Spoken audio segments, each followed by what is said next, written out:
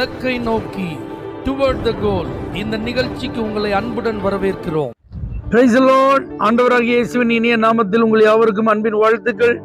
128 சங்கீதம் 5 வசனம். நீ ஜீவன் உள்ள நாளெல்லாம் எருசலேமின் வாழ்வை காண்பாய். ஆண்டவர் சொல்றாரு உங்களெல்லாம் பார்த்து, என் பிள்ளைகளே, நீங்க எல்லாரும் உயிரோடு இருக்கிற வரைக்கும் நீங்க எருசலேமின் வாழ்வை காண்பீர்கள். நீங்க நல்ல வாழ்க்கையை காண்பீங்கன்னு ஆண்டவர் சொல்லியிருக்கலாம். ஆனா அதுக்கு பதில் ஒரு வார்த்தையை சொல்றாரு பாருங்க, எருசலேமின் வாழ்வு. ஷலேம் அப்படின்னாலே சமாதானம். அப்ப நீங்க சமாதானமான ஒரு வாழ்வை காண்பீர்கள்.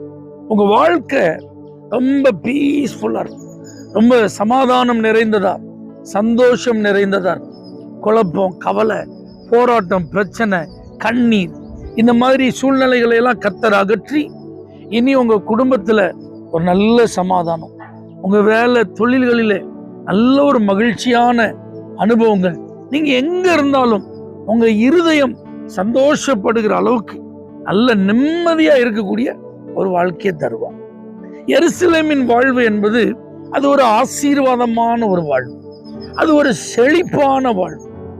வெறும் சமாதானம் மாத்திரம் அல்ல, செழிப்பையும் கர்த்தர் இந்த வாழ்வில் வைத்திருக்கிறார். அப்ப இன்னைக்கு நம்முடைய வாழ்க்கையில பொருளாதார செழிப்பு ரொம்ப முக்கியம். ஏன்னா பணம் எல்லாவற்றுக்கும் உதவும். ஆண்டவர் ஆசீர்வதித்த அந்த தேசத்தை நீங்க பார்க்கலாம், அது பாலும் தேனும் ஓடுற ஒரு தேசம். அவ்வளவு செழிப்பிற்கு தேவையான சோர்சஸ் எல்லாம் அங்க இருக்கும். அப்போ உங்க வாழ்க்கையின் ஆசீர்வாதத்திற்கு தேவையான எல்லாவற்றையும் கர்த்தர் உங்களுக்கு தருகிற ஒரு வாழ்வு உங்களுக்கு உண்டாயிருக்கும். இந்த ஆசீர்வாதம் எனக்கு இல்லையே, இந்த நன்மை எனக்கு இல்லையேன்னு ஏங்குகிற ஒரு ஏக்கம் உங்களுக்கு இனிமே இருக்காது. நீங்க எல்லா விதத்திலும் நீங்க ஆசீர்வாதமா இருப்பீங்க.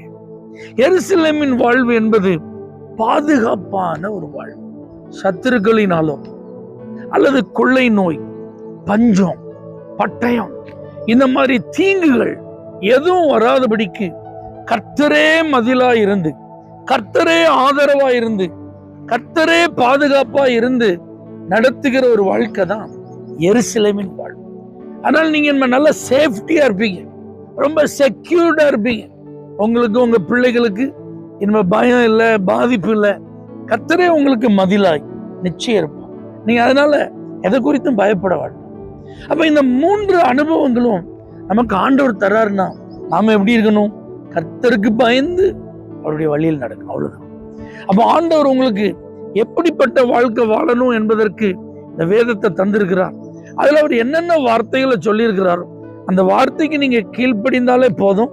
அதுதான் நீங்க கர்த்தருக்கு பயந்து நடக்கிறவர்கள் என்பதற்கு அடையாளம். அதனால வசனத்தை நல்லா வாசிங்க. அதில் நான் எப்படி கீழ்ப்படியணும்னு கர்த்தர் எதிர்பார்க்கிறார் என்பதை அறிந்து அதற்கு ஒப்பு கொடுத்து நீங்க வாழ்வீர்களானால் எருசலேமின் வாழ்வை காண்பீர்கள்.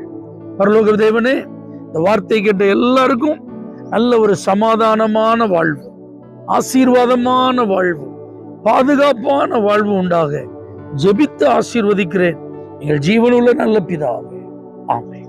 For prayer contact Pastor J. J. Kumar, El Shaddai Ministries, 9500252586, Surandai.